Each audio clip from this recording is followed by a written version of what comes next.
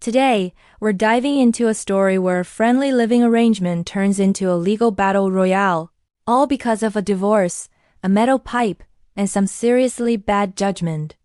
Our main players are Kyle Kovac, the plaintiff, and James Goldsby, the defendant. They were friends, co-workers, and for a short time, even housemates. So let's set the scene. Kyle Kovac is suing James Goldsby, claiming James intentionally smashed his car with a metal object. Judge Judy gets right to it, asking Mr. Kovac about his living situation. It turns out, Kyle was renting a room from James and his wife. He moved in at the end of June 2015. But here's where the timeline gets a little crazy. The judge asks James when he and his wife separated and he moved out of the house. His answer? July 10, 2015. Barely a couple of weeks after Kyle moved in. The judge is surprised. So shortly after he moved in? James confirms. He says he had no idea this was going to happen when they decided to take on a tenant. After James moved out, Kyle stayed on as a tenant, living in the house with James's wife. Now, the judge wants to be clear. She asks Kyle if there was any romantic relationship between him and Mrs. Goldsby. Kyle is firm. Not at all. The judge agrees, saying there's no suggestion of that. However, she points out that Kyle exercised some seriously poor judgment.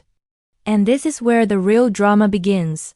Fast forward to May of the following year, Mrs. Goldsby wants to serve her husband, James, with divorce papers. Now, does she hire a professional process server to handle it discreetly? Nope, she decides to do it herself, and she asks her tenant, Kyle, to be her getaway driver. The plan was for Kyle to drive her to James's workplace. Wait outside in the car while she went in to deliver the papers, and that's exactly what they did. The judge turns her attention to James. She senses there's more to this story. She asks him why his wife might have been so angry. Maybe she had a good reason. James admits. She did. The judge doesn't need the details. She gets it. She concludes that his wife wasn't just serving papers. She wanted to embarrass him. Think about it.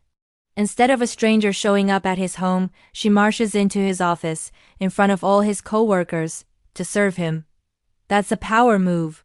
The judge asks James how many people were in the office that day. He says about 5.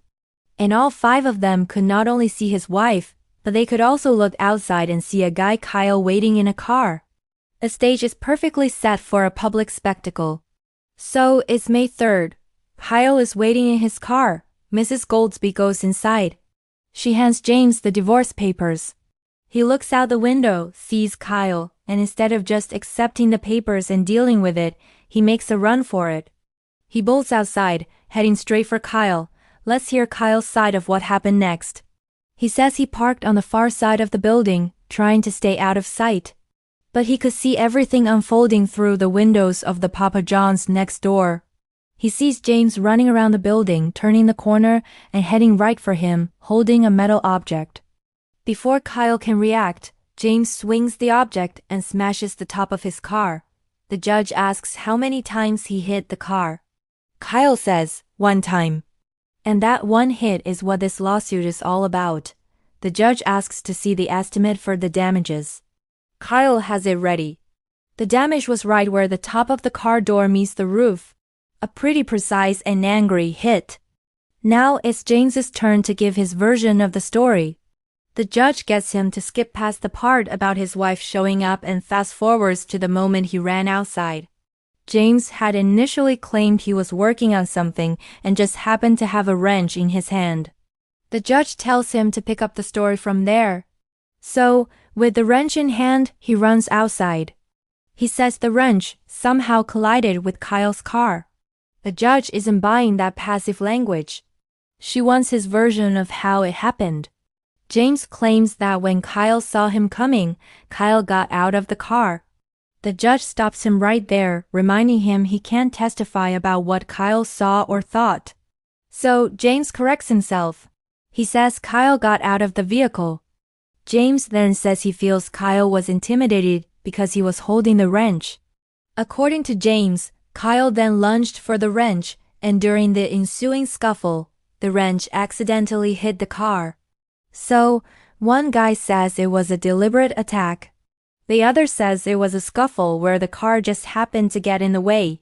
The judge has heard enough. She tells James, "You're responsible for it."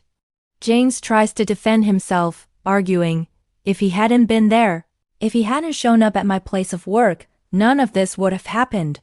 But Judge Judy delivers the final word with her classic no-nonsense logic.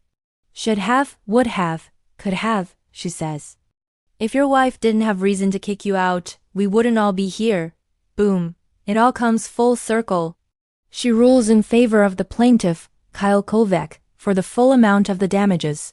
$2,383. A very expensive lesson in controlling your temper and a reminder that involving your friends in your divorce drama is never a good idea. Thanks for watching. What do you think about this case? Who was really in the wrong here? Let me know your thoughts in the comments below. And don't forget to like and subscribe for more real-life courtroom drama. See you next time.